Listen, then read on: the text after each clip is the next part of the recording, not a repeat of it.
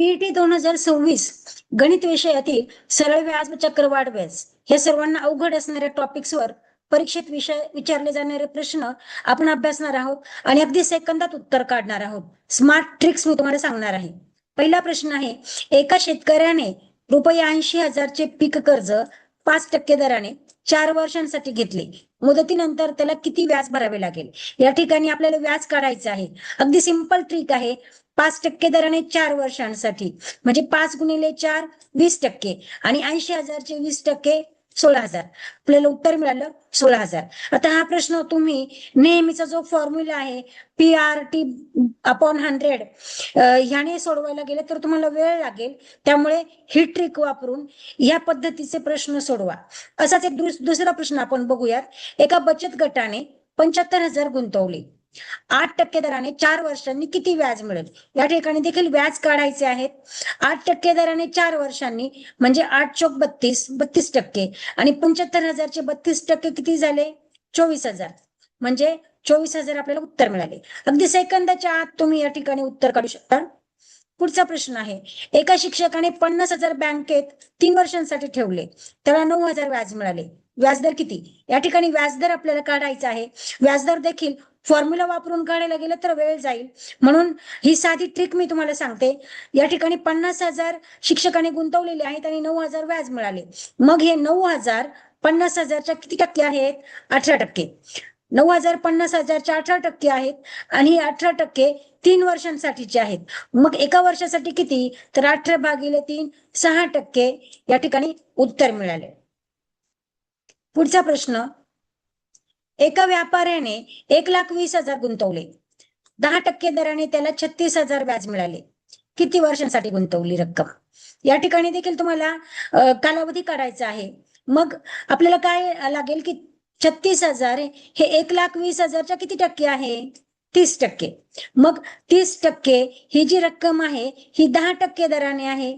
मग 30/10 बरोबर 3 म्हणजे या ठिकाणी आपल्याला 3 वर्ष हा कालावधी मिळाला. पुढचा प्रश्न, एका महिलेने स्वयंरोजगारासाठी 2 लाख कर्ज घेतले. 6% दराने 5 वर्षांनी एकूण किती रक्कम परत करावी लागेल? म्हणजे मुद्दल आणि व्याज अशी एकूण किती रक्कम परत करावी लागेल? आता 6% आणि 5 वर्ष म्हणजे 30%. मग 2 लाखाचे 30% किती होतात? 60,000. 60,000 हे व्याज मिळालं. व्याज अधिक मुद्दल 2,60,000. या ठिकाणी कुठलाही फॉर्म्युला तुम्हाला वापरण्याची गरज नाहीये. अगदी काही सेकंदात एका सेकंदाच्या आत तुम्ही उत्तर काढू शकता. एका व्यक्तीने घर दुरुस्तीसाठी 90,000 कर्ज घेतले. 10% दराने 3 वर्षांनी एकूण किती रक्कम परत करावी लागेल? 10 गुणिले 30. 10 गुणिले 3 30% आणि 90,000चे 30% किती झाले? 27,000. 27,000 अधिक 90,000 1,17,000. 1,17,000 इतकी रक्कम परत करावी लागेल.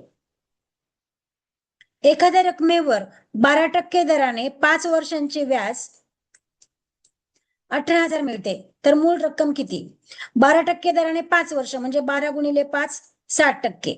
आता 60% हे 18,000 आहे.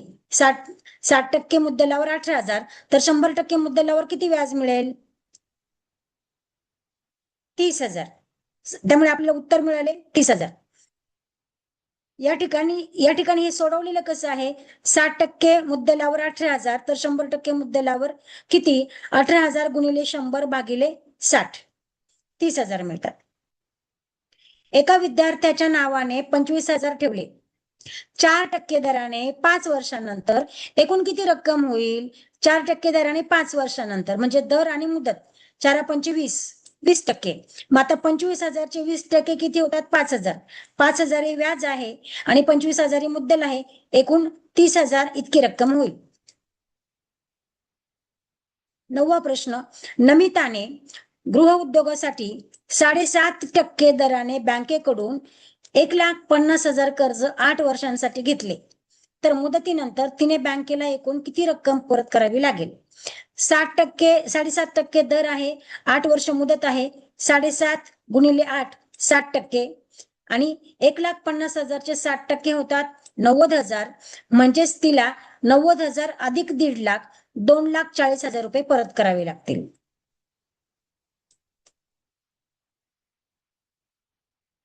एखाद्या रकमेचे 8 वर्षांचे साधे व्याज मूळ रकमेच्या 64% आहे. व्याजदर किती? 64% व्याज हे 8 वर्षांचे आहे आणि व्याजदर हा दर साल दर शेकडा म्हणजे 1 वर्षासाठी असतो, म्हणजे 64/8 8%. व्याजदर हा 8% असेल. 15,000चे 2 वर्षांचे व्याज 24,000 असल्यास व्याजदर किती? 15,000चे 2 वर्षांचे व्याज आपल्याला काढायचे आहे. म्हणजे या ठिकाणी 24,000चे 2,400चे 15,000चे किती टक्के आहेत? तर 15,000चे 16%. आणि मग हे 16% जे आहे ते 2 वर्षांसाठी आहे. तर 1 वर्षांसाठी किती? 16/2 8%. रामने 25,000 रक्कम 8% दराने आणि श्यामने 20,000 रक्कम 10% दराने समान कालावधीसाठी गुंतवली. कुणाला जास्त व्याज मिळाले? कालावधी समान आहे, त्यामुळे 25x8 आणि 20x10%. हे जर आपण काउंट केलं तर आपल्याला या ठिकाणी समान रक्कम मिळते. म्हणजेच या ठिकाणी दोघांनाही समान व्याज मिळेल. दोघांनाही 2 लाख रुपये मिळतील, कारण कालावधी सेम आहे. 80% वर 24,000 व्याज मिळाले. हे व्याज मुद्दलाच्या किती टक्के आहे? आता 24,000 हे 80%च्या किती 80,000च्या किती पट आहे? तर 30% आहे. म्हणजे व्याज हे मुद्दलाच्या 30% आहे. एका रकमेचे 6 वर्षांचे व्याज त्या रकमेच्या 48% आहे. 48% 6 वर्षांचे व्याज आहे. मग 1 वर्षाचा व्याज दर किती? तर 48/6 8%. 2 रकमा समान दर आणि समान कालावधीसाठी गुंतवल्या. व्याजाचे गुणोत्तर 5:7 असे आहे. मुद्दलाचे गुणोत्तर किती? या ठिकाणी एक गोष्ट लक्षात ठेवा की जर दर समान असेल, व्याजदर समान असेल आणि कालावधी समान असेल तर मुद्दलाचे गुणोत्तर आणि व्याजाचे गुणोत्तर हे समान असते. व्याजाचे गुणोत्तर 5:7 आहे, तर मुद्दलाचे गुणोत्तर देखील 5:7 असणार. एका रकमेचे 4 वर्षांचे व्याज त्या रकमेच्या 32% आहे, तर व्याज दर किती? आता 4 वर्षांचे व्याज 32% आहे, तर एका वर्षाचे किती? 32/4 8%. सीमा आणि रीमा यांनी अनुक्रमे 30,000 आणि 24,000 रक्कम 10% दराने समान कालावधीसाठी गुंतवली. व्याजाचे गुणोत्तर किती? आपण पाहिले की कालावधी समान असेल तर मुद्दलाची रक्कम आणि व्याजाची रक्कम यांचा रेशो समान असतो. त्यामुळे 30,000 व 4,000 यांचा जो रेशो असेल तो व्याजाचा रेशो असेल 5:4. 50,000 व 20,000 व्याज मिळाले. व्याज हे मुद्दलाच्या किती टक्के आहे? व्याज हे मुद्दलाच्या किती टक्के आहे? म्हणजेच 20,000 हे 50,000च्या किती टक्के आहे? 20,000 हे 50,000च्या 40% आहे, म्हणजे 40%. एखाद्या रकमेचे 8 वर्षांचे व्याज त्या रकमेच्या 72% आहे, तर व्याज दर किती? 72/8 9%.